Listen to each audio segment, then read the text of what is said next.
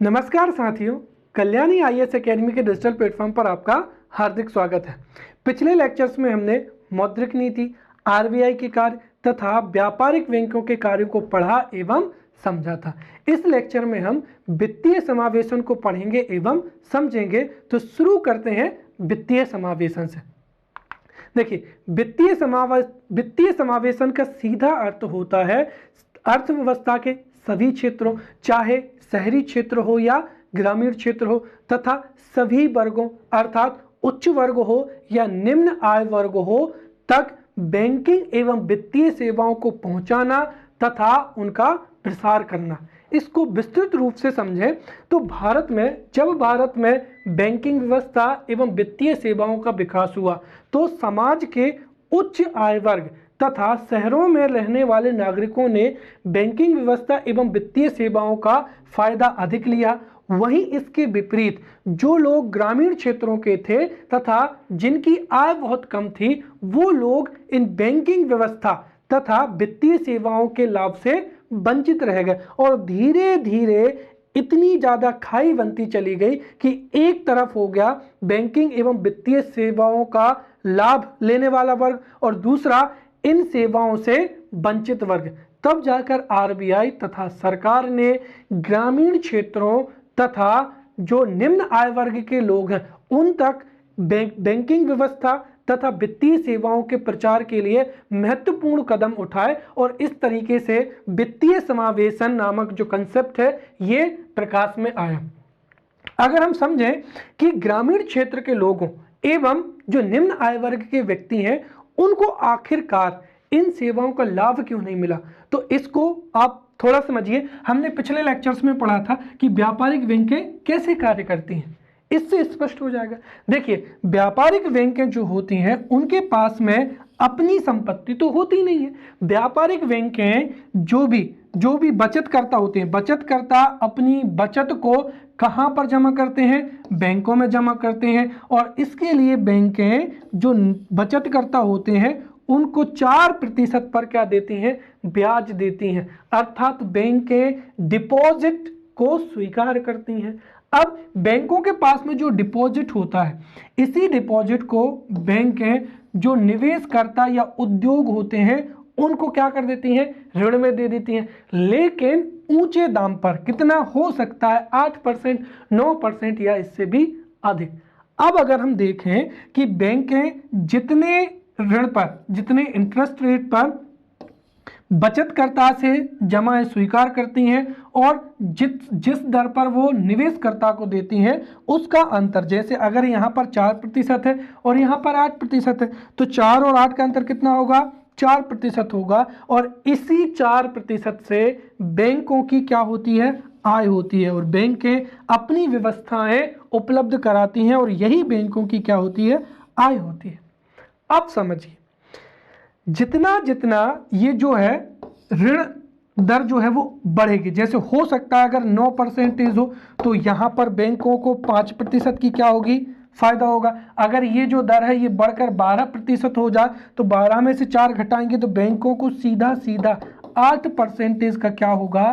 फायदा होगा। इसीलिए जो व्यापारिक बैंकें होती हैं वो ऊंचे दरों पर ऋण उपलब्ध कराती हैं, राइट। और जब ऊंची दरों पर ऋण उपलब्ध कराएंगे तो उससे जो निम्न आय वर्ग है वो उन ऋण सेवाओं का लाभ लेने से वंचित रह जाएगा, राइट। वहीं पर जो ग्रामीण क्षेत्र है, ग्रामीण क्षेत्रों में खुदरा या रिटेल में जो है वो ऋण की क्या होती है? मांग होती है। तो बैंकिंग जो है वो, तो ये जो रिटेल ऋण होते हैं उनको एक तरीके से रिकवर करने के लिए भी और उनको नियंत्रित करने के लिए भी बैंक के पास में अधिक संसाधनों की आवश्यकता होती है। इसीलिए बैंकों को ग्रामीण क्षेत्रों में अपनी शाखाएं चलाने के लिए तथा अधिक लाभ लेने के लिए बैंकें जो है वो शहरी क्षेत्रों में शाखाएं खोलती हैं तथा उच्च दरों पर ऋण देती हैं ताकि बैंकों को अपनी व्यवस्थाएं चलाने में आसानी हो और बैंकों को आय हो।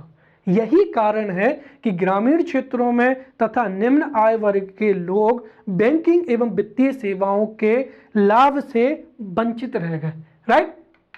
फिर अगर हम देखें तो यहां पर इसकी जो शुरुआत है, जो वित्तीय समावेशन जो कंसेप्ट है, इसकी शुरुआत एक तरीके से 2003 के बाद में हुई थी, जब यूएनओ, अगर हम देखें वित्तीय समावेशन की जो पृष्ठभूमि है वो कब से बनी है, 2003 से बनी है, राइट। 2003 में संयुक्त राष्ट्र संघ यूएनओ के अध्यक्ष कोफी अन्नान ने ये विस्तृत रूप से लोगों को बताया कि दुनिया के सभी देशों में जो निम्न आय वर्ग के लोग हैं उन तक बैंकिंग व्यवस्था एवं वित्तीय सेवाओं को आसानी से उन तक पहुंच होनी चाहिए, या बैंकिंग एवं वित्तीय सेवाओं का प्रसार निम्न आय वर्ग तथा सभी ग्रामीण क्षेत्रों में होना चाहिए। इसके साथ ही अप्रैल 2005 में जो उस समय के आरबीआई के गवर्नर थे, कौन, वाई वेणुगोपाल रेड्डी, या जिनको वाई वी रेड्डी के नाम से जाना जाता है, तो वाई वी रेड्डी ने भी भारत में वित्तीय समावेशन की बात कही। तो इस तरीके से 2003 में कोफी अन्नान ने वित्तीय समावेशन की चर्चा की, और वहीं पर 2005 में वाई वी रेड्डी ने वित्तीय समावेशन की चर्चा की। तब ये वित्तीय समावेशन जो है परिकल्पना या कंसेप्ट प्रकाश में आया, राइट। अब एक चीज और हमको यहां पर समझनी है, कई बार केवल और केवल यहां पर अगर किसी व्यक्ति का बैंक में खाता खुला है तो ये मान लिया जाता है कि वो है क्या है कि वित्तीय तंत्र का एक भाग है, जबकि ये पूरी तरीके से क्या है, गलत है। यहां पर हमें बैंकिंग सेवाएं तो उपलब्ध करानी है, लेकिन उसके साथ साथ जो वित्तीय सेवाएं हैं उनकी भी क्या होनी चाहिए, पहुंच होनी चाहिए। जैसे यहां पर बीमा भी हो जाएगा, निवेश भी हो जाएगा, और ऋण उपलब्ध कराना, ये सुविधाएं भी अगर पहुंच रही हैं या इनका प्रसार हो रहा है, तब जाकर वो क्या कहलाएगा, वित्तीय समावेशन कहलाएगा। तो अगर संक्षिप्त में एग्जाम्स में परीक्षा लिखनी हो, सॉरी प्रस्तावना लिखनी हो या परिभाषा लिखनी हो, तो हम सीधा कह सकते हैं कि वित्तीय समावेशन से तात्पर्य देश के सभी क्षेत्रों, विशेषकर ग्रामीण क्षेत्रों में तथा सभी वर्गों, विशेषकर समाज के पिछड़े एवं निम्न आय या कम आय वर्ग वाले नागरिकों को बैंकिंग के साथ साथ वित्तीय सेवाएं, जैसे बैंकिंग सेवाएं, फिर बीमा उनको उपलब्ध कराना, निवेश सुविधाएं उनको उपलब्ध कराना तथा ऋण सेवाएं उनको उपलब्ध कराना ही क्या कहलाता है, वित्तीय समावेशन कहलाता है, राइट। अब हम समझेंगे यहां पर वित्तीय समावेशन के स्तंभ। तो अभी मैंने बताया है कि केवल और केवल खाता खोल लेने से वित्तीय समावेशन नहीं होता है। वित्तीय समावेशन के ये चार क्या हैं, स्तंभ हैं। यदि निम्न आय वर्ग के लोगों तथा ग्रामीण क्षेत्रों को लोगों को बैंकिंग व्यवस्थाएं आसानी से उपलब्ध है, उनको निवेश सुविधाएं प्राप्त हो रही हैं, अगर वो कोई अपना व्यापार चलाना चाहते हैं या कृषि में कोई कृषि जैसे बीज है, उर्वरक उनको खरीदना चाहते हैं, तो उनको निवेश हेतु पैसा उपलब्ध है, या ऋण उनको मिल सकता है, या बीमा उनको मिल सकता है। तो अगर बैंकिंग, निवेश, ऋण एवं बीमा, ये चारों सुविधाएं ग्रामीण क्षेत्रों तक तथा निम्न आय वर्ग तक ये प्रसारित होती हैं या तक पहुंचती हैं, तब ही वो क्या कहलाएगा, वित्तीय समावेशन कहलाएगा। और इनको हम विस्तृत से समझेंगे, जैसे बैंकिंग में हो जाएगा। तो अगर निम्न आय वर्ग वाले व्यक्तियों तथा ग्रामीण क्षेत्रों में इन लोगों की जमाएं आसानी से क्या होती हैं, स्वीकार हो जाती हैं, तो वह वित्तीय समावेशन होगा। और ये कैसे संपन्न होगा, भाई गांव का कोई व्यक्ति 100 किलोमीटर चल के तो किसी बैंक में पैसा डिपॉजिट करने जाएगा नहीं। इसके लिए बैंक की क्या होनी चाहिए, वहां पर शाखा होनी चाहिए। अर्थात अगर ग्रामीण क्षेत्रों में जमा स्वीकार हो जाती हैं, इसके साथ ही ग्रामीण क्षेत्रों में भुगतान जो है वो समय पर हो जाए। अगर ग्रामीण क्षेत्रों में एवं निम्न आय वर्ग के व्यक्ति अगर अपना जो है लेन देन करना चाहते हैं, हस्तांतरण की सुविधा उनको उपलब्ध होती है। इसके साथ ही अगर ग्रामीण क्षेत्रों में एटीएम सुविधा उपलब्ध हो, जैसे एक तो ग्रामीण क्षेत्रों में जो एटीएम होते हैं वो बहुत क्या होते हैं, दूर होते हैं। गांव के लोग उतने दूर तक तो पैसा निकालने जाएंगे नहीं, और जो होते हैं उनमें नकदी की आपूर्ति क्या होती है, कम होती है, और कई तो क्या होते हैं, खराब होते हैं, राइट। इस वजह से ग्रामीण क्षेत्रों में बैंकिंग व्यवस्था जो है वो लचर होती है, या बहुत ही खराब किस्म की होती है। तो अगर एटीएम की सुविधा उनको मिल जाए, हस्तांतरण की सुविधा, भुगतान की एवं जमाएं उनकी स्वीकार हो जाए, तो फिर ग्रामीण क्षेत्रों का वित्तीय समावेशन हो जाएगा, अर्थात वो उन तक ग्रामीण क्षेत्रों में एवं निम्न आय वर्ग तक बैंकिंग व्यवस्था पहुंच जाएगी या उसका प्रसार हो जाएगा। इसके साथ ही ऋण, अगर निम्न आय वर्ग के व्यक्तियों को उचित व सस्ती दर पर ऋण उपलब्ध होते हैं, राइट, तब भी वित्तीय समावेशन माना जाएगा।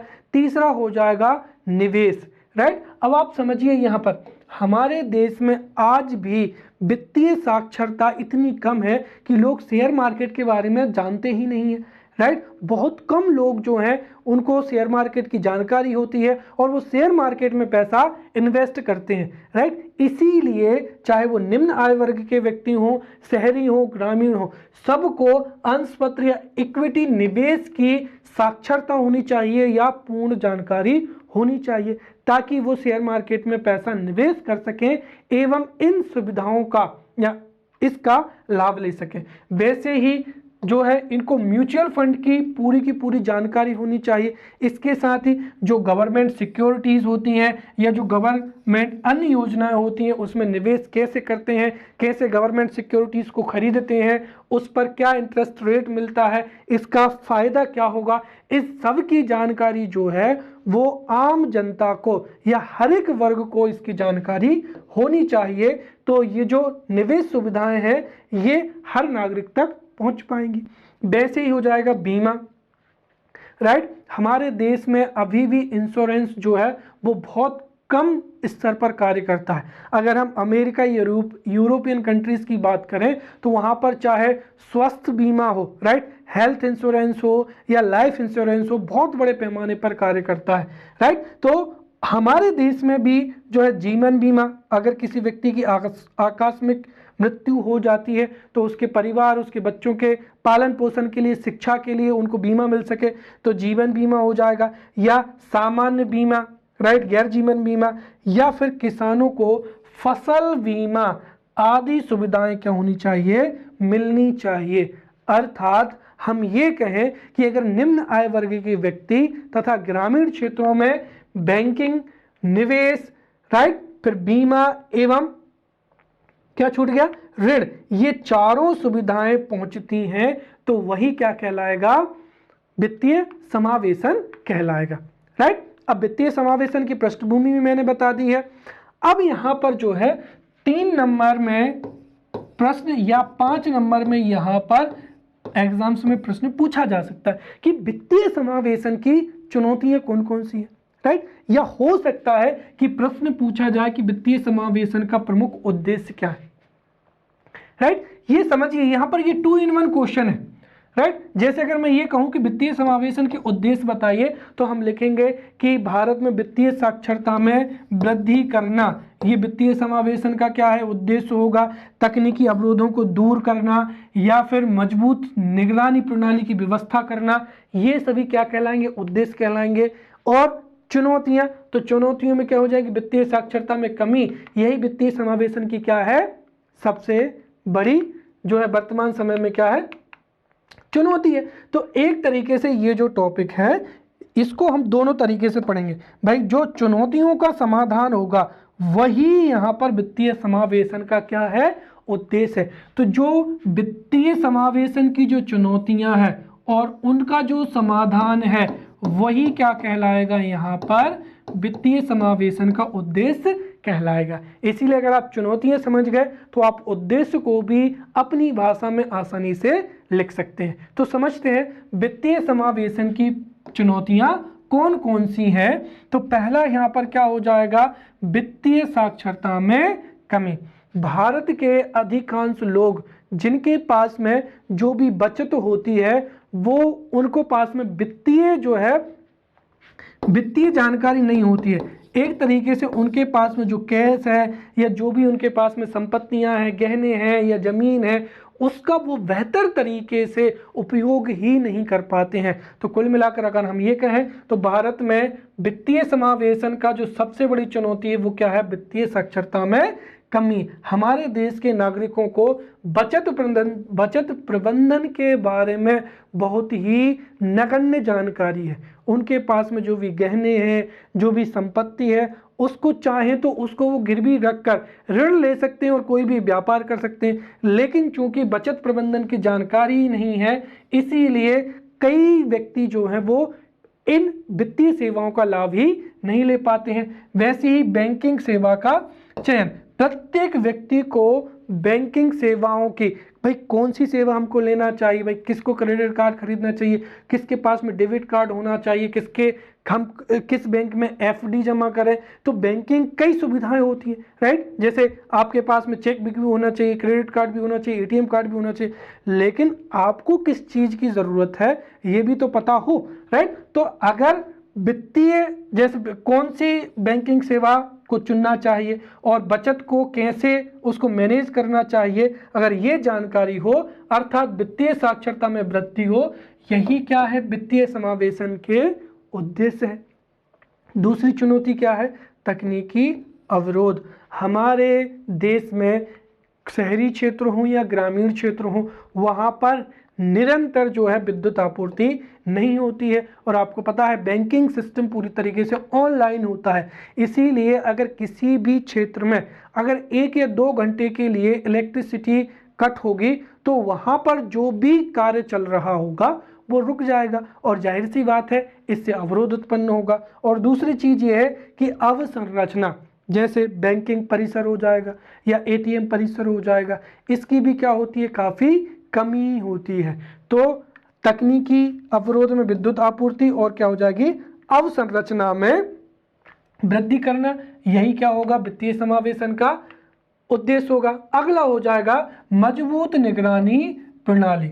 भाई बैंकिंग सेवाओं में कौन व्यक्ति डिपॉजिट कर रहा है, कौन ऋण ले रहा है, क्या वह ऋण को वापस करने के योग्य है या नहीं है, इसकी एक मजबूत जो है निगरानी प्रणाली होनी चाहिए। क्योंकि वर्तमान समय में हमारे देश में जो विलफुल डिफॉल्टर्स हैं उनकी संख्या क्या है, बढ़ती चली जा रही है। लोग बैंकों से लोन तो ले लेते हैं लेकिन उनको चुकाते समय पर नहीं है, जिससे एनपीए भी बढ़ रहा है और विलफुल डिफॉल्टर्स की संख्या भी बढ़ रही है। इसीलिए वर्तमान समय में एक मजबूत निगरानी तंत्र होना चाहिए कि किस व्यक्ति का जो वित्तीय लेन देन है वो बैंक के हित में है, राइट। अगला हो जाएगा यहाँ पर बैंकों का उद्देश्य लाभ अर्जन। ये भी वित्तीय समावेशन में एक चुनौती है।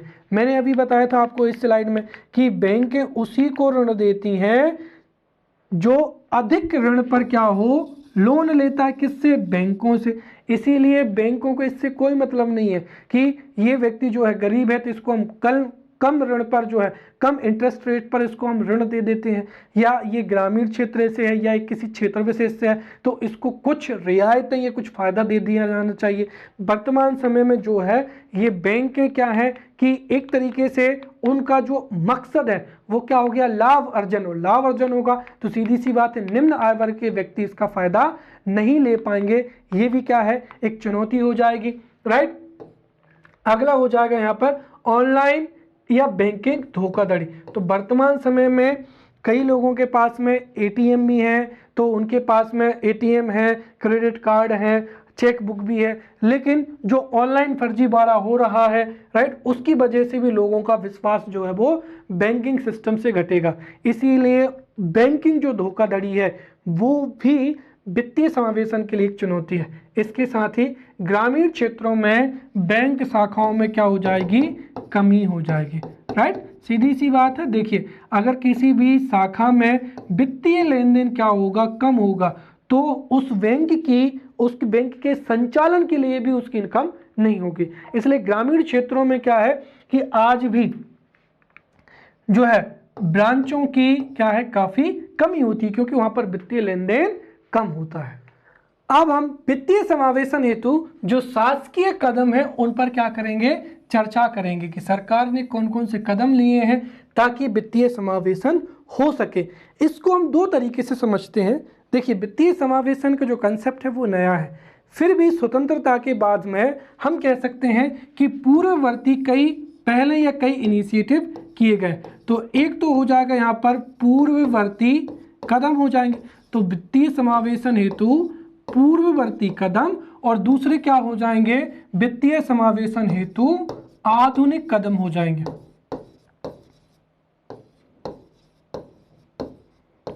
राइट, देखिए आधुनिक कदम में या जो मॉडर्न इनिशिएटिव है उनमें वो इनिशिएटिव्स आएंगे जो डेली टू डेली आज हमको जो बैंकिंग सिस्टम में जो भी समस्याएं जा रही हैं उनको हल करने के लिए जो भी इनिशिएटिव्स आरबीआई या गवर्नमेंट ले रही है वो आधुनिक कदम में आ जाएंगे। राइट, और पूर्ववर्ती भी जो कुछ कदम थे वो उनके बारे में हम समझेंगे।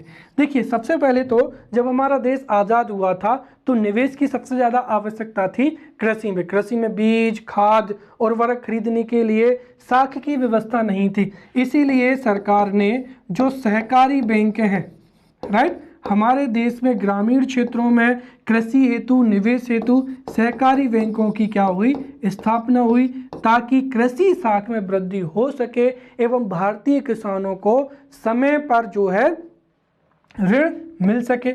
दूसरा यहाँ पर हो जाएगा कि स्वतंत्रता के बाद में हमारे देश में कई जो थी वो निजी बैंकें थी और निजी बैंकें होने की वजह से जो आम जनता थी उन तक बैंकिंग व्यवस्था या उन तक जो है बैंकिंग सुविधाएं पहुंचने में समस्या थी। इसीलिए जो निजी बैंकें थी उनका क्या किया गया, राष्ट्रीयकरण किया गया। और आपको पता है ये भी 2 बार हुआ था, एक हुआ था 1969 में और दूसरा हुआ था 1981 में। तो 1969 में, राइट, तथा 1980 में 2 बार बैंकों का राष्ट्रीयकरण हुआ ताकि जो निजी बैंकें हैं वो नेशनलाइज्ड हो जाएं और फिर उस व्यवस्था का फायदा हमारे देश का हर एक नागरिक ले सके। इसके साथ ही आपको पता होगा कि प्राथमिकता प्राप्त क्षेत्र सुविधा का बहुत बड़े पैमाने पर क्या किया गया, विस्तार किया गया, प्रायोरिटी सेक्टर लैंडिंग। राइट, और इसके बारे में मैंने आपको बहुत अच्छे से पिछले लेक्चर्स में ही बताया था कि सभी बैंकों को जो अपना कुल ऋण है उसका 40% जो है वो प्राथमिकता प्राप्त क्षेत्र, चाहे वो कृषि क्षेत्र हो या उद्योग, लघु उद्योग क्षेत्र हो, उनमें ये ऋण क्या होगा, देना होगा। वैसे ही ग्रामीण क्षेत्रों के विकास हेतु तथा कृषि के विकास हेतु नाबार्ड की क्या की गई, व्यवस्था की गई। Right, national bank for agricultural and rural development. वैसे ही ग्रामीण क्षेत्रों में बैंकों के विकास हेतु किसकी, आरआरबीज की हमारे देश में क्या स्थापना की गई ताकि ग्रामीण क्षेत्रों में भी बैंकिंग एवं वित्तीय व्यवस्थाओं का क्या हो जाएगा, विकास हो सके। और इसके साथ ही विभेदीकृत ब्याज योजना। राइट, तो आरबीआई ने जो है अलग अलग सेक्टर्स के लिए, अलग अलग क्षेत्रों के लिए ब्याज दर भी क्या कर दी है, अलग अलग कर दी है। जैसे आपको पता हो कृषि के लिए निर्धारित है कि भाई कृषि में कोई एग्रीकल्चरल लोन है तो वो 11% से ज़्यादा का नहीं हो सकता। वहीं अगर इंडस्ट्रियल लोन है तो हो सकता है कि बैंकें उसको 14% पे, 20% पे भी दे सकती हैं, लेकिन एग्रीकल्चरल लोन की जो मैक्सिमम जो है वो कितनी है, यहाँ पर 11% रखी गई है। तो ये जो थे वो हम कह सकते हैं कि इनिशियल इनिशिएटिव्स थे टुवर्ड फाइनेंशियल इंक्लूजन। अगर हम बात करें आधुनिक जो कदम है तो आधुनिक कदमों को हम 1 बाय 1 करके यहाँ पर समझेंगे। तो ये जो है वित्तीय समावेशन हेतु शासकीय कदम, ये पूरा जो है 11 नंबर में पूछा जाने वाला प्रश्न है। और अगर ये परीक्षा में पूछा जाता है तो हम शुरुआत यहीं से करेंगे, वित्तीय समावेशन की परिभाषा, फिर उसके बाद में कुछ पूर्ववर्ती या हम इनिशियल इनिशिएटिव्स के बारे में बताएंगे और उसके बाद में जो वर्तमान समय में जो इनिशिएटिव्स हैं उन पर हम चर्चा करेंगे। तो यहाँ पर जो एक तरीके से 2011 में यहाँ पर सरकार द्वारा 2011 में वित्तीय समावेशन हेतु विस्तृत दिशा निर्देश दिए गए थे ताकि वित्तीय समावेशन बहुत तेजी से हो सके और देश में व्यापक पैमाने पर हो सके। इसके लिए कौन कौन से दिशा निर्देश थे जो कि 2011 में दिए गए थे। 2011 में ये निर्धारित किया गया कि 5 किलोमीटर के दायरे में बैंक शाखा क्या होनी चाहिए, उपलब्ध होनी चाहिए। ग्रामीण क्षेत्रों में 5 किलोमीटर के दायरे में यहाँ पर क्या है, बैंक जो शाखा है वो उपलब्ध होनी चाहिए। वैसे ही दूसरा, जो छोटे राज्य हैं उनके 100 ग्रामीण क्षेत्रों में 1000 से अधिक शाखाएं खोलने का 2012 तक का क्या रखा गया, लक्ष्य रखा गया। ये दिशा निर्देश थे 2011 के, इसीलिए आने वाले एक वर्ष में 10 राज्यों के 100 ग्रामीण क्षेत्रों में 1000 से अधिक शाखाएं जो खोलने का इसमें लक्ष्य निर्धारित किया गया। इसके साथ ही जिन क्षेत्रों में बैंकिंग सुविधाएं नहीं है और अगर उनकी आबादी कितनी है, 5000 है, तो वहां पर बैंक शाखाएं खोलने का आदेश दिया गया। इसके साथ ही अगर कोई अन्य क्षेत्र है तो वहां पर भी 2012 तक जो है, अगर किसी क्षेत्र की जनसंख्या कितनी है, 10,000 है, राइट, तो वहां पर शाखाएं खुलेंगी। और अगर कोई ऐसा क्षेत्र जिसकी आबादी 5000 है और उसमें बैंकिंग सुविधा है ही नहीं, कोई भी शाखा नहीं है, बैंक नहीं है, तो वहां पर भी 2012 तक जो है वो है बैंक शाखाएं खोलने का यहाँ पर दिशा निर्देश सरकार के द्वारा दिया गया, ताकि बड़े पैमाने पर बैंकिंग सेवाओं का पेनिट्रेशन ग्रामीण क्षेत्रों में एवं ऐसे क्षेत्र जहां पर बैंकिंग सुविधाएं नहीं है वहां पर हो सके, राइट। इसके बाद में दूसरा और जो सबसे महत्वपूर्ण है वर्तमान समय में, प्रधानमंत्री जनधन योजना, राइट। तो जैसे ही मोदी गवर्नमेंट आई थी तो मोदी गवर्नमेंट ने प्रधानमंत्री जनधन योजना की क्या की थी, शुरुआत की थी, जो कि वित्तीय समावेशन में या फाइनेंशियल इंक्लूजन में एक बहुत बड़ा और हम क्रांतिकारी कदम भी मान सकते हैं। आज तक इतने बड़े पैमाने पर इतना बड़ा कदम किसी भी अन्य पूर्ववर्ती सरकार ने नहीं लिया था। तो हम यहाँ पर समझते हैं कि जो है 2014 में जब मोदी गवर्नमेंट आई थी तो उसके बाद में प्रधानमंत्री जनधन योजना लागू की गई थी और प्रधानमंत्री जनधन योजना के माध्यम से प्रत्येक परिवार के लिए न्यूनतम एक जनधन खाता खोला जाएगा। हमारे देश में चाहे वो ग्रामीण क्षेत्र हो, पहाड़ी क्षेत्र हो, वन क्षेत्र हो, कोई सा भी क्षेत्र हो, तो हमारे देश के किसी भी क्षेत्र में जितने भी परिवार हैं उन परिवार के उस परिवार के कम से कम एक खाता खोलने का लक्ष्य यहाँ पर निर्धारित किया गया। हाँ, अगर बाकी के सदस्य भी खाता खोलना चाहते तो कोई दिक्कत नहीं, लेकिन परिवार का हर परिवार के एक व्यक्ति का खाता खोलने इसमें निर्धारित किया गया, राइट। तो प्रत्येक परिवार के लिए न्यूनतम एक जनधन खाता खोलना, इसके साथ ही उनको वित्तीय साक्षरता उपलब्ध कराना, राइट। इसके साथ ही जो है ऋण साक्षरता कि ऋण कैसे लेना चाहिए, कहाँ से लेना चाहिए, ऋण उपलब्ध कराना, ऋण साक्षरता देना, इसके साथ ही बीमा आदि सुविधाएं उपलब्ध कराना, राइट। तो प्रत्येक परिवार में एक खाता भी खोला जाएगा। इसके साथ ही उनको वित्तीय साक्षरता, ऋण जो है ऋण उपलब्धता एवं बीमा आदि सुविधाएं भी इसके माध्यम से उपलब्ध कराई जाएंगी। और इसके साथ ही यह भी कहा गया कि जो भी व्यक्ति जनधन खाते में अपनी सेविंग्स को डिपॉजिट करेगा उस जमा राशि पर उनको ब्याज दिया जाएगा। इसके साथ ही इस खाते में जिस व्यक्ति का जनधन अकाउंट होगा उसको एक रुपे कार्ड दिया जाएगा या एटीएम कार्ड दिया जाएगा और उस एटीएम कार्ड में 1 लाख रुपए तक का दुर्घटना बीमा क्या होगा, कवर होगा। अगर किसी व्यक्ति की दुर्घटना से मृत्यु हो जाती है तो उसको 1 लाख का जो बीमा है वो उपलब्ध कराया जाएगा, राइट। इसके साथ ही इसकी जो सबसे बड़ी विशेषता थी, ये एक नो फ्रिल अकाउंट था, राइट, या जिसको हम सामान्य भाषा में कहते हैं कि जीरो बैलेंस अकाउंट, राइट। आपको पता है कि अगर आपका किसी बैंक में खाता है तो आपको हर महीने 1000 रुपये जो है वो मेंटेन करना पड़ता है। हर एक जो बैंक हैं वो अपने कस्टमर से एक न्यूनतम राशि मेंटेन करने के लिए आदेशित करती हैं, परंतु ये एक ऐसा खाता था कि इसमें कोई भी न्यूनतम शेष राशि अपेक्षित नहीं थी, राइट। और इसका फायदा क्या होगा कि भाई जब जीरो, जैसे मान लीजिए कि किसी व्यक्ति के खाते में कोई भी पैसा नहीं है और इसका कोई भी चार्ज नहीं है, तो फिर वो व्यक्ति भी क्या करेगा, अपना खाता आसानी से खुलवा लेगा। तो जीरो बैलेंस अकाउंट या कोई न्यूनतम शेष राशि इसमें अपेक्षित नहीं थी। इसके साथ ही प्रति परिवार, मुख्यतः जो परिवार की एक स्त्री है उसके खाते में 5,000 रुपये तक का ओवरड्राफ्ट देने की क्या थी, सुविधा उपलब्ध थी। मैंने आपको बताया था कि ओवरड्राफ्ट जो सुविधा है वो चालू खाते पर दी जाती है, राइट, व्यापारियों को दी जाती है। अगर उनके खाते में इतना अकाउंट भी नहीं है तो वो ओवरड्राफ्ट के माध्यम से अपनी कुल राशि से अधिक का भी ऋण ले सकते हैं। और यही जो ओवरड्राफ्ट की सुविधा है वो प्रत्येक परिवार की एक स्त्री के लिए कम से कम 5,000 तक की क्या दी जाएगी, ओवरड्राफ्ट की सुविधा दी जाएगी। अर्थात खाते में ना होने पर भी जो महिला है वो 5,000 रुपये तक का लेन देन कर सकती है, राइट।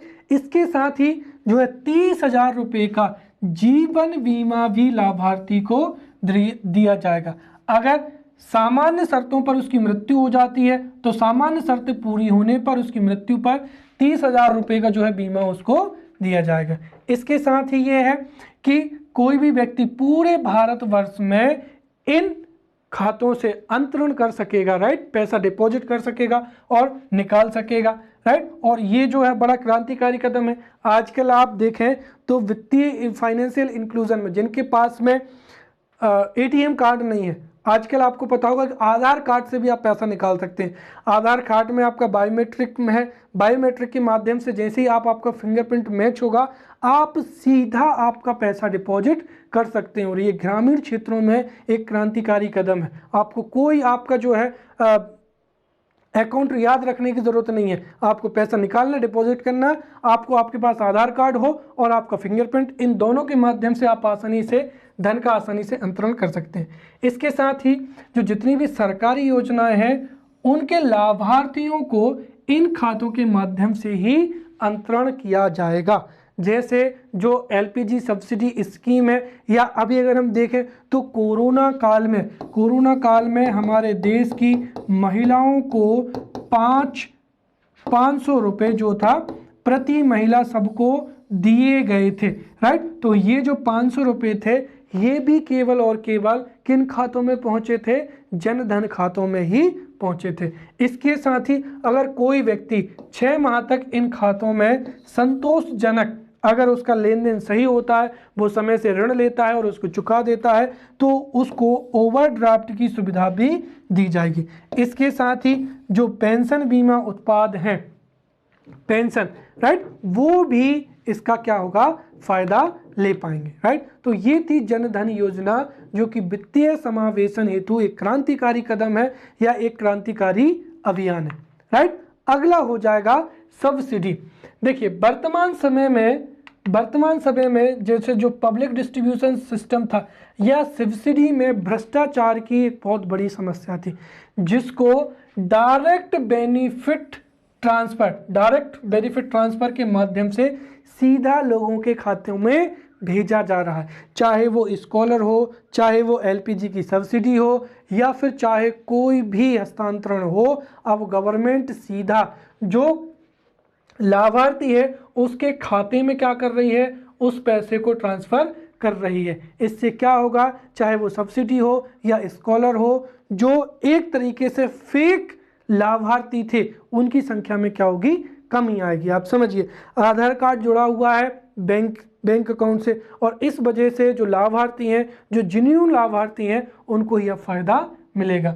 इसके साथ ही जब आरबीआई किसी भी प्राइवेट बैंक को बैंक का लाइसेंस देती है, किसी कंपनी को जब बैंक का लाइसेंस देती है, तो वह ग्रामीण क्षेत्रों में जो है शाखा खोलने के लिए उसको क्या कर देती है, अनिवार्य कर देती है। अगर कोई भी प्राइवेट बैंक केवल और केवल शहरी क्षेत्रों में ही शाखाएं खोलेंगी तो उसका जो है लाइसेंस या तो निरस्त कर दिया जाएगा या नहीं दिया जाएगा। वैसे ये मैंने बता दिया है कि ग्रामीण क्षेत्रों में विकास हेतु आरआरबी की क्या की गई, स्थापना की गई। उसके बाद में यहाँ पर एक और जो है एक और क्रांतिकारी कदम है वो है पोस्ट ऑफिस बैंक। अगर लोग बैंक तक नहीं आ पाते हैं तो बैंक ही लोगों तक पहुंच गई है, और ये कैसे संभव हुआ है? पोस्ट ऑफिस बैंक के माध्यम से। पोस्ट ऑफिस बैंक के माध्यम से आप इंश्योरेंस पॉलिसी ले सकते हैं, आपका पैसा डिपॉजिट कर सकते हैं और उसको निकाल भी सकते हैं, अर्थात ग्रामीण क्षेत्रों में घर घर तक जो है बैंक पहुंच चुकी हैं, राइट। वैसे ही स्वाभिमान नामक जो मल्टीमीडिया प्रोग्राम है, इसके तहत भी अकाउंट खोलने के लिए लोगों को प्रेरित किया जा रहा है, राइट। और जो मैंने अभी बताया था कि अटल पेंशन योजना, जिनके पास में जो है प्रधानमंत्री जनधन योजना अकाउंट है, उन सभी व्यक्ति जो जनधन अकाउंट है उनको अटल पेंशन योजना भी उपलब्ध कराई जा रही है। इस योजना में जो 18 से 40 वर्ष के जितने भी खाता धारक हैं, राइट, ये जो जितने भी खाता धारक हैं उनको पेंशन योजना जो है इससे उपलब्ध कराएगी, राइट। ये जो अटल पेंशन योजना 2015 से लागू हुई है और जो जितने भी जनधन खाते हैं उन खातों में से हर जो है हर वर्ष या हर माह जो है उनसे कुछ राशि ली जाएगी और 60 वर्ष के पश्चात उनको पेंशन दी जाएगी। अगला हो जाएगा यहाँ पर रंगराजन समिति की सिफारिश है, राइट। वित्तीय समावेशन हेतु आरबीआई के गवर्नर रंगराजन की समिति गठित की गई थी और इस समिति ने भी वित्तीय समावेशन हेतु कुछ क्या दी थी? सिफारिशें दी थी, जो कि निम्न है। और अगर हम हमारे मेंस के एग्जाम्स में इस तरीके की जो सिफारिशें अगर उनको कोट करेंगे तो जाहिर सी बात है हमको बहुत अच्छे नंबर मिलेंगे। तो रंगराजन समिति की सिफारिशें क्या थी? सबसे पहला तो यहाँ पर हो जाएगा कि माइक्रो फाइनेंस की सुविधा उपलब्ध होनी चाहिए। माइक्रो फाइनेंस का मतलब क्या हुआ? देखिए, लोगों को कई बार बहुत कम राशि की क्या होती है? आवश्यकता होती है लोन के लिए। जैसे अगर किसी को रिक्शा खरीदना है तो वो 15-20 हज़ार रुपये में हाथ ठेला खरीदना है, किसी को अपनी दुकान डालनी है, किसी को 50 हज़ार की ज़रूरत है, किसी को 1 लाख की ज़रूरत है। हमारे देश में जो अधिकांश बैंक हैं वो करोड़ों में क्या करती हैं? उद्योगों के लिए ऋण देती हैं। लेकिन जो ऐसे व्यक्ति जिनको 50 हज़ार, 10 हज़ार या फिर 1 लाख या 90 हज़ार ऐसे कम की आवश्यकता होती है, तो उन सुविधाओं की हमारे देश में क्या थी? कमी थी। इसीलिए रंगराजन समिति ने कहा कि हमारे देश में माइक्रो फाइनेंस की जो है सुविधा उपलब्ध होनी चाहिए, ताकि ऐसा व्यक्ति जिसके पास में आय के बहुत ही कम संसाधन है वो भी ऋण ले सके और अपना व्यापार शुरू कर सके या अपनी जो भी आवश्यकता की वस्तु हैं वो खरीद सके। दूसरा, राष्ट्रीय वित्तीय समावेशन जो है मिशन प्रारंभ होना चाहिए। इसको मिशन के तौर पर जो है वित्तीय समावेशन के लिए सरकार को प्रयास करने चाहिए। तीसरी चीज जो है वो नाबार्ड एक्ट में क्या होना चाहिए? बदलाव होना चाहिए। देखिए, नाबार्ड जो है मैंने बताया है कि नाबार्ड यहाँ पर अगर हम देखें तो national bank for agricultural and rural bank, तो यहाँ पर अगर ग्रामीण क्षेत्र में विस्तार हो तो उससे ग्रामीण क्षेत्रों के लिए आसानी से जो है वो ऋण उपलब्ध हो जाते हैं। लेकिन अब समस्या ये भी हो रही है कि शहरी क्षेत्र के जो गरीब हैं उनको भी ऋण सुविधाएं उपलब्ध नहीं हो पा रही। इसीलिए अगर हम नाबार्ड एक्ट में बदलाव कर दें और जो शहरी गरीब हैं उनको भी इसमें सम्मिलित कर लें तो ये भी वित्तीय समावेशन के लिए बहुत ही लाभकारी होगा। इसके साथ ही हमारे देश में बीमा एवं पेंशन योजनाएं भी जो हैं वो सरकार ने लागू की है। जैसे हो जाएगा प्रधानमंत्री जीवन ज्योति बीमा योजना और प्रधानमंत्री सुरक्षा बीमा योजना। इन बीमा योजना के माध्यम से हमारे देश के लोग जो हैं वो बीमा सुविधाओं का भी क्या ले सकेंगे? लाभ ले सकेंगे। इसके अलावा भी यहाँ पर सरलीकृत क्या कर दिया है? KYC कर दिया है, नो योर कस्टमर। देखिए क्या हो रहा था, जब बैंकिंग फ्रॉड बढ़ रहे थे, विलफुल डिफॉल्टर की संख्या बढ़ रही थी, तो RBI ने ये निर्देश दिया था कि सभी जो बैंक हैं उनको अपने जितने भी जो उनके खाता धारक हैं उनका KYC करना पड़ेगा। अर्थात उनका आधार कार्ड है, लाइसेंस है, उनका स्थायी पता, आधार कार्ड, पहचान, ये करना जरूरी थी। और इस वजह से भी कई बार बैंकों में ये जो प्रक्रिया ये बहुत उलझ रही थी। इस प्रक्रिया को अब क्या कर दिया है? सरलीकृत KYC कर दिया। ऑनलाइन भी अब जो है वो KYC हो सकता है। नेक्स्ट, फिर अगला हो जाएगा कृषि क्षेत्र में ऋण सुविधाओं के विस्तार हेतु किसान क्रेडिट कार्ड की क्या हो गई, फैसिलिटी उपलब्ध की गई। ये क्या लिखा, किसान क्रेडिट कार्ड, अर्थात भारतीय किसान भी निवेश के लिए अर्थात बीज, खाद या मशीन खरीदने के लिए भी केसीसी से या किसान क्रेडिट कार्ड से भी क्या कर सकता है, ऋण ले सकता है। और इसकी खास बात यह है कि ये अन्य जो निजी बैंक हैं उनकी तुलना में बहुत कम दाम पर भी ऋण देता है, राइट। इसका अगला हो जाएगा स्मार्ट कार्ड्स का विस्तार हो रहा है, राइट, ताकि इससे ही जो है खरीदी हो सके, क्रेडिट भी ले सके या ऋण भी ले सके। अगला हो जाएगा मोबाइल फोन बैंकिंग जैसी प्रौद्योगिकी का विस्तार हो रहा है। और मोबाइल फोन बैंकिंग के माध्यम से ग्रामीण क्षेत्रों में कोई भी व्यक्ति फ़ोन के माध्यम से अपने खाते में ट्रांजैक्शंस के बारे में या खाता बैलेंस के बारे में जानकारी प्राप्त कर सकता है, राइट। एवं इससे नए वित्तीय उत्पादों का भी क्या हो रहा है, दिन प्रतिदिन सृजन हो रहा है, जिससे वित्तीय समावेशन क्या होगा, बहुत आसान होगा। तो ये हमने वित्तीय समावेशन के कदमों के बारे में या इनिशिएटिव्स के बारे में समझा था। अब हो सकता है परीक्षा में एक प्रश्न और पूछ लिया जाए हमसे 5 नंबर में, 11 नंबर में, कि वित्तीय समावेशन के लाभ क्या होंगे। तो देखिए वित्तीय समावेशन के यहाँ पर जो है लाभ हम यहाँ पर समझेंगे। तो अगर ये प्रश्न एग्जाम्स में पूछा जाता है तो सबसे पहले वित्तीय समावेशन की परिभाषा और उसके बाद में हम समझेंगे यहाँ पर वित्तीय समावेशन के लाभ, जिसमें पहला क्या हो जाएगा, देश में पूंजी निर्माण दर में क्या हो जाएगी, वृद्धि हो जाएगी। और मैंने बताया था कि कैपिटल फॉर्मेशन कब होगा, अगर हमारे देश के सभी व्यक्ति बैंकिंग सिस्टम से या हमारी अर्थव्यवस्था से जुड़ जाते हैं तो हमारे देश में पूंजी निर्माण दर क्या होगी, अधिक होगी। और अगर आप समझिए हमारे देश की जनसंख्या का एक बहुत बड़ा भाग बैंकिंग सेवाओं एवं वित्तीय सेवाओं से दूर है, और अगर वो दूर है तो जाहिर सी बात है फिर पूंजी निर्माण दर भी क्या होगी, कम होगी।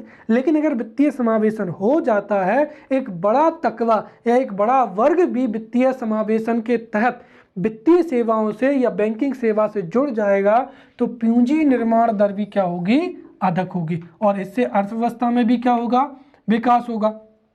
दूसरा अगर हम देखें तो वित्तीय समावेशन के माध्यम से या वित्तीय समावेशन के कारण ही प्राकृतिक आपदा, जैसे हम ये देखें लॉकडाउन में डीबीटी के माध्यम से कई जो निम्न आय वर्ग के व्यक्ति हैं उनको सीधा लाभ पहुंचा है। यहाँ पर इस पॉइंट को मैंने दरअसल जो है, अगर ये जो प्रश्न है ये सीधा हमारे 2020 के मेंस में पूछा जाता है तो इसको आप बहुत डिटेल में लिख सकते हैं, राइट, कि सीधा हम लिख सकते हैं कि कोरोना काल में जो है कि कोरोना काल में डीबीटी के माध्यम से एक तो खाते में जो है महिलाओं के खाते में 500 रुपये प्रति माह, लगभग 3 या 4 माह के लिए ये पैसे हस्तांतरित किए गए थे। वैसे ही एलपीजी सिलेंडर भी मुफ्त किए गए थे और आपको पता होगा उसका पैसा भी सीधा इन जनधन खातों में ही आया था। एवं जो है राशन हेतु भी पैसा क्या किया गया था, हस्तांतरण किया गया था। तो अगर कोई प्राकृतिक आपदा होती है, जैसे उदाहरण के तौर पर लॉकडाउन या कोरोना काल में गरीबों को डीबीटी के माध्यम से सीधा उनको हस्तांतरण किया गया था। आप सोचिए अगर ये लोग इनके अकाउंट नहीं होते तो सरकार को बहुत दिक्कत जाती कि इन लोगों तक कैसे भी करके ये पैसा पहुंच जाए, राइट। अगला हो जाएगा इससे कि निम्न आय वर्गों को क्या मिलेंगे, सस्ते लोन मिलेंगे। भाई उनके पास में बैंकिंग सुविधाएं होंगी और इनके कस्टमर की संख्या अधिक होगी तो बैंकें भी उनको रिटेल लोन, राइट, जो है रिटेल लोन एवं सस्ते लोन भी उपलब्ध कराएगी। अगला सरकार की जो सब्सिडी है एवं कल्याणकारी योजनाएं हैं वो भी क्या होंगी, सफल हो पाएंगी, राइट। जैसे सरकार जो है एसटी एससी या निम्न आय वर्ग के व्यक्तियों को छात्रवृत्ति देना चाहती है, रोजगार भत्ता देना चाहती है, एलपीजी सब्सिडी देना चाहती है, प्राकृतिक आपदा का मुआवजा देना चाहती है, किसानों को फसल जो है उनकी फसल नष्ट होने का जो इंश्योरेंस है वो पे करना चाहती है। अगर किसानों के पास में या जो जितने भी लाभार्थी हैं उनके पास में बैंक अकाउंट होंगे, वो फाइनेंशियल सिस्टम से जुड़े होंगे तो यहाँ पर चाहे सब्सिडी हो या कल्याणकारी योजनाएं हो ये बहुत ही अच्छे से सफल हो जाएंगी। अगला जो बीमा योजनाएं हैं वो भी सफल होंगी, क्योंकि इससे गरीबों किसानों को भी क्या होगा, लाभ होगा, राइट। जो बीमा योजना अगर सभी वर्ग तक पहुंचेंगी तो उससे सभी को इससे क्या होगा, लाभ होगा। इसके साथ ही सबसे बड़ी विशेषता ये है कि जो एक आम आदमी है वो भी अर्थव्यवस्था की मुख्य धारा में शामिल हो जाएगा, और जिसके फलस्वरूप आर्थिक असमानता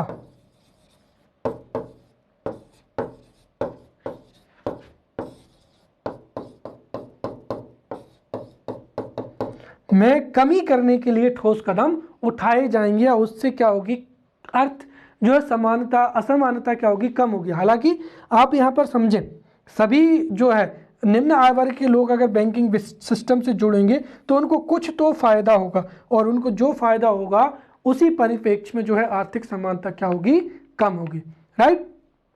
अगला हो जाएगा ये कि जो समाज के कमजोर वर्ग हैं या जो उपेक्षित वर्ग हैं, चाहे वो बुजुर्ग वर्ग हो, विकलांग हो, या जो है पिछड़े व्यक्ति हों, उनको जब सरकार सब्सिडी के माध्यम से या अन्य योजनाओं के माध्यम से उनको आर्थिक रूप से सक्षम बनाएगी तो उनके सामाजिक जीवन स्तर में भी क्या होगा, सुधार आएगा, राइट। और इसके साथ ही हमारे देश में और पूरी दुनिया में जो समस्या है भ्रष्टाचार, उसमें भी क्या होगी, कमी होगी।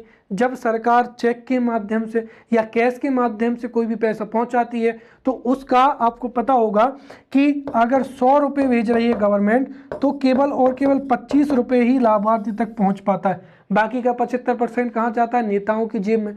लेकिन डायरेक्ट ट्रांसफर जो बेनिफिट है डीबीटी, राइट, इसके माध्यम से भ्रष्टाचार में भी कमी होगी।